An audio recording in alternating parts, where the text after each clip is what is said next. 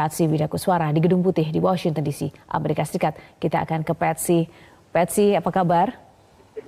Baik, Johanna. Baik, Patsy, apakah sudah bisa dipastikan hasil Pilpres sekarang, mengingat ini sudah 4 hari sejak pelaksanaan Pilpres? Kelihatannya sudah di ambang batas ya, tapi meskipun demikian tentunya kita tidak bisa mengkonfirmasi sampai ada keputusan resmi. Jadi kalau kita lihat sekarang ini semua mata memandang ke negara bagian Georgia dan juga negara bagian Pennsylvania. Pennsylvania 20 suara elektoral, Georgia 16 suara elektoral. Posisinya sekarang ini Joe Biden 253 suara elektoral dan kemudian Presiden Trump 214 suara elektoral. Angka keramatnya adalah 270. Apabila salah satu kandidat menembus 270 maka ia akan dinyatakan pemenangnya. Jadi kalau kita lihat dari Pennsylvania pun bisa tembus, dan dari Georgia tinggal ditambah lagi beberapa negara bagian yang lain dan yang memang juga Joe Biden sekarang unggul. Nah, dua negara bagian ini tipis sekali memang unggulnya. Pennsylvania 15.000 suara dan Georgia sekitar 4.000 suara. Sehingga pejabat Georgia sudah menyatakan bahwa akan dilakukan recount di negara bagian ini dan juga akan dilakukan recount di negara bagian Wisconsin. Memang seperti itu undang-undangnya, apabila selisih suaranya tipis sekali kurang dari 0,5%, maka kandidat berhak untuk meminta recount. Jadi kalau menjawab pertanyaan Anda kembali kapan kita akan tahu, malam ini nanti menjelang tengah malam, mungkin sekitar 6-7 jam lagi, sudah akan lebih jelas lagi seberapa jauh keunggulan suara Joe Biden untuk bisa menentukan apakah ia memenangkan Georgia atau Pennsylvania. Bisa jadi dua-duanya, tapi tentunya dengan catatan tadi bahwa Georgia akan melakukan recount. Jadi dalam beberapa jam ke depan akan lebih jelas posisinya seperti apa, tapi sekarang ini semua kalkulasi dan semua analisa merujuk ke kemungkinan besar Joe Biden akan menjadi Presiden Amerika Serikat yang berikutnya. Ya, Patsy, lalu apa respon dari petahana Donald Trump yang juga mengingat bahwa dia mengancam gugatan di sejumlah negara bagian? Ya, Presiden Donald Trump itu kemarin petang kurang lebih sekitar jam 6:30 itu berbicara di Gedung Putih, menyampaikan kepada pers bahwa dia tidak menerima hasil ini. Dia menyatakan bahwa Demokrat itu curang, Demokrat mencuri, merampas kemenangan darinya, dan juga menggambarkan satu konspirasi yang lebih besar lagi, bukan hanya dari kubu Partai Demokrat tapi juga dari media, dari pihak opini publik, pollster atau jajak pendapat, perusahaan jajak pendapat, dan kemudian juga para petugas Pilpres pun dituduh curang oleh Presiden Trump ini.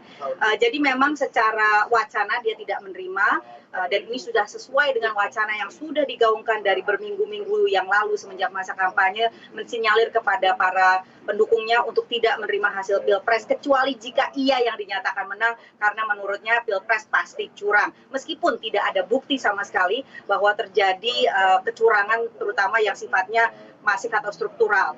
Nah, gugatan hukum yang diajukan Presiden Trump ini ada di sejumlah negara bagian kunci, termasuk di Michigan, Georgia, Pennsylvania, dan juga di Wisconsin.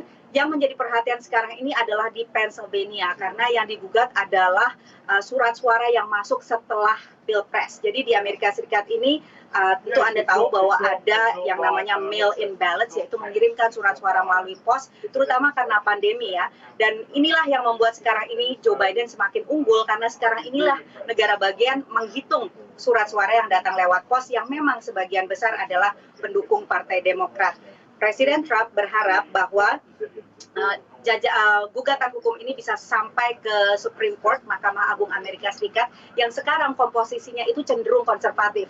Jadi dari 9 hakim agung, ada 6 hakim yang ditunjuk oleh Presiden Partai Republik, termasuk 3 yang ditunjuk Presiden Donald Trump.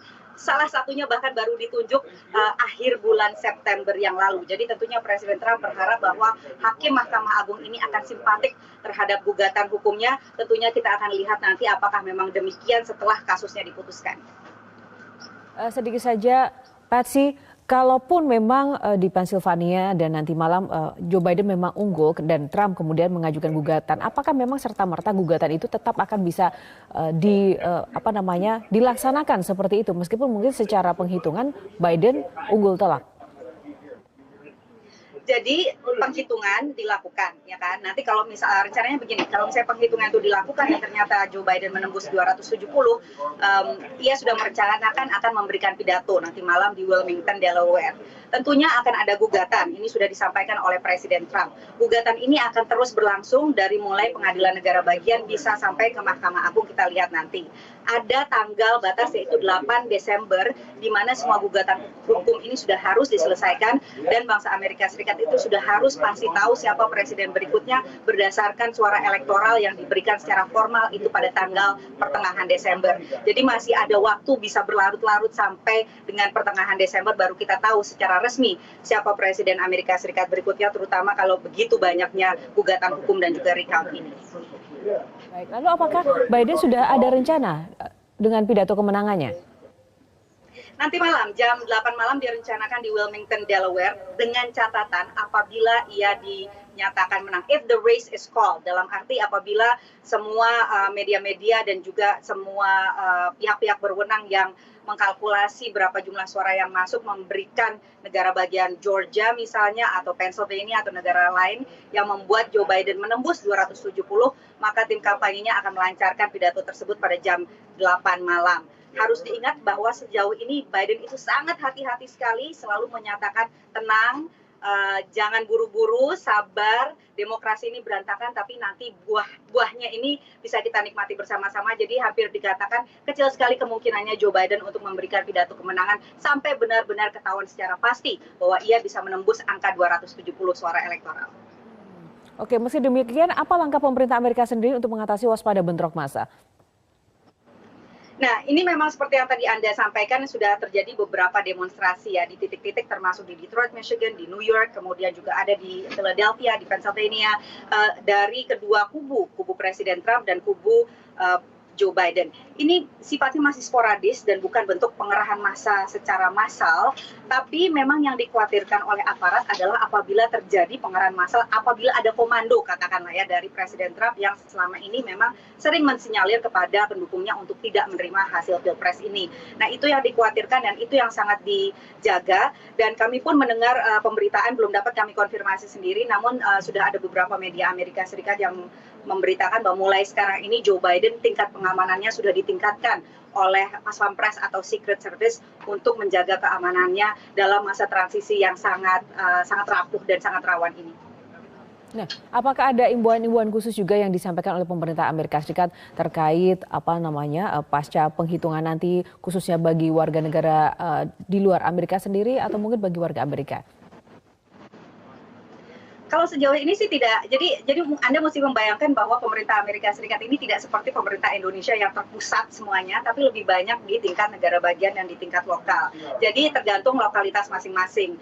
Sebagian besar himbauan yang diberikan itu masih terkait dengan pandemi kan, jangan pergi keluar, harus social distancing, jangan berkumpul massa secara banyak, tergantung dari negara bagian masing-masing. Masih itu saja sih, tapi yang jelas memang ketegangan suhu politik itu tinggi sekali.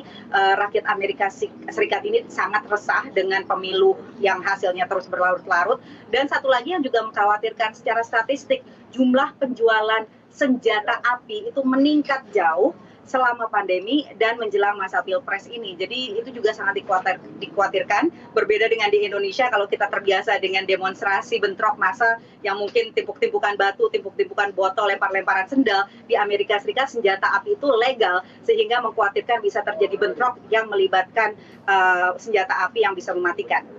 Ya, sedikit saja mungkin di luar konteks, tapi ini menarik sekali ketika Anda mengatakan bahwa selama pandemi ini penjualan senjata api meningkat dan ini juga bisa menjadi ancaman tersendiri pasca penghitungan nanti. Mengapa bisa demikian? Kenapa penjualan senjata api bisa meningkat di masa pandemi ini, Patsy?